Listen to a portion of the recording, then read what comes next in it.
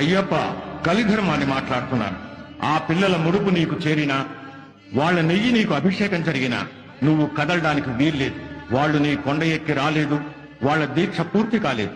నా భక్తులు నా దగ్గరకు రాలేకపోతే నేనే వాళ్ళ దగ్గరకు వెళ్తాను.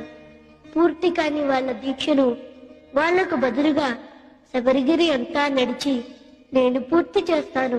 18 మెట్ల పైకెళ్ళి గుడికేగు భక్తులకు ఎదురొచ్చే బంగారు స్వామి, ఇరుముడులు స్పృశించి శుభమును దీవించి జన బృందముల చేరే జగమేరు స్వామి.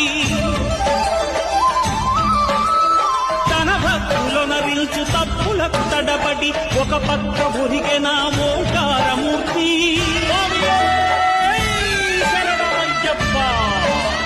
స్వాములందరూ తనకు సాయము కాగా